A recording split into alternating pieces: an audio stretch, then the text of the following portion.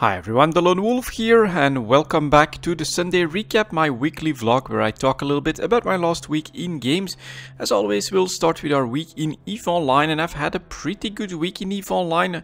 Obviously, a lot of it was spent exploring, and it's kind of strange. Exploring can really be something that is super rewarding on one day and not rewarding at all on the other day. And I had one super rewarding day last week because I found like 3 4 out of 10s one after another, and 2 of those dropped an energized adaptive nano that was worth like 124 million.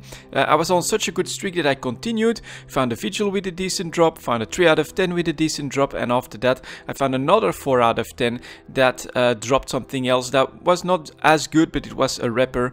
So yeah, great day in exploration. That is a lot of fun. Of course, on other days you can sometimes do your rounds and find absolutely nothing. That happens as well, but a good day like that can basically make up for like a month of fuel or something like that for all of my structures. That feels super rewarding. Next to that, we have the blueprint copy business. The Orca blueprints are selling a little bit more slowly now all of a sudden. Not sure what's happening there, but a couple of those actually lapsed, so I'll have to see if I need to lower my prices a little bit. On the other hand, those are still pretty good prices. They tend to go for 12 to 15 million pretty easily. I'm now making 4 a week, so that's a pretty decent passive income there. The structure blueprint copies are still doing okay, but there's lots of competition in those, and so the margin is definitely lower for the structure BPCs. When it comes to my PI, I'm actually pretty patient, but it's probably a bit of a mistake. I'm actually hoarding a lot of the PI on the planets at the moment, so that I can make a big sale on one of my next trips. But looking at, well, actually no, looking at last week's EVE talk, it looked like all the fuel related PI materials were declining.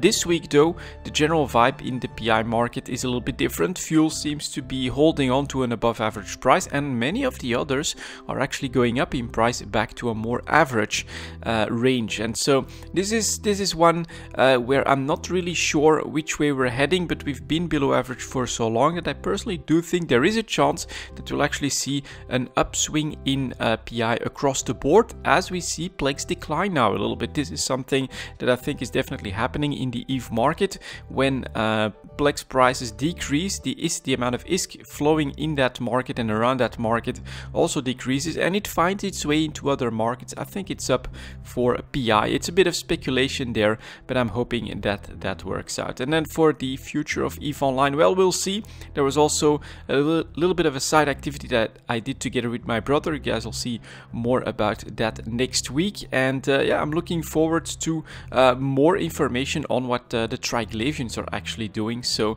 yeah, really curious about that. It does look like we've got some story elements that are developing. It seems pretty damn interesting, and it's definitely gonna be a major part of what CCP is planning for the game, so we're gonna keep a close eye on that.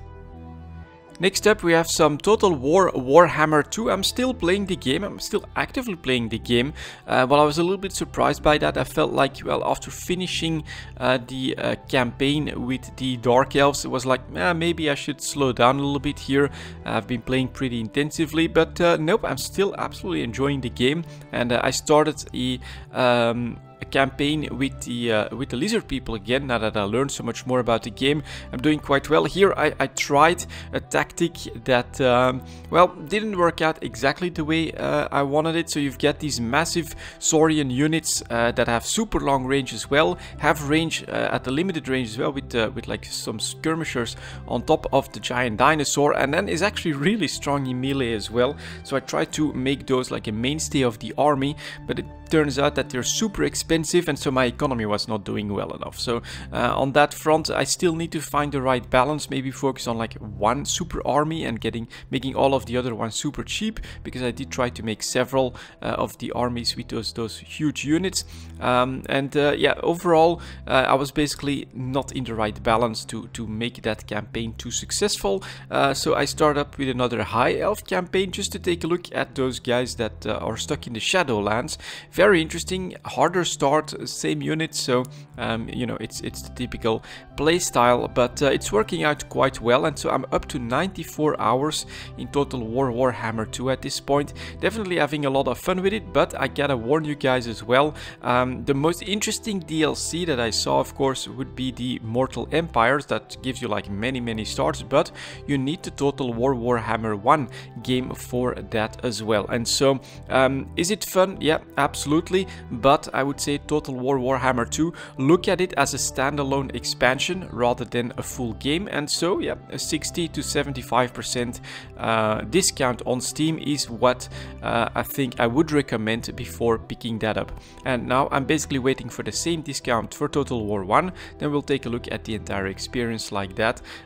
It's on my radar at this point, it's on my wish list. I do think I want to take a look at the Mortal Empires. I want to play with the dwarves, I want to see what the other races have to offer. I saw that there's like a pyrotechnics type of civilization in there as well. You could say with that should have some pretty powerful siege weapons. Looked pretty interesting. So yeah, I'm still playing some Total War Warhammer 2. At some point that will decrease a little bit, but it's definitely a lot of fun.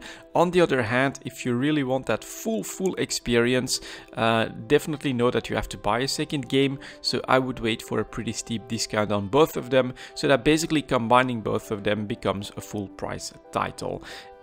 And for the final game, I want to make a quick note of Hearthstone. I played one arena of Hearthstone, nothing too special, just to take a look at the game, because there was a new expansion for Hearthstone, Rise of Shadows.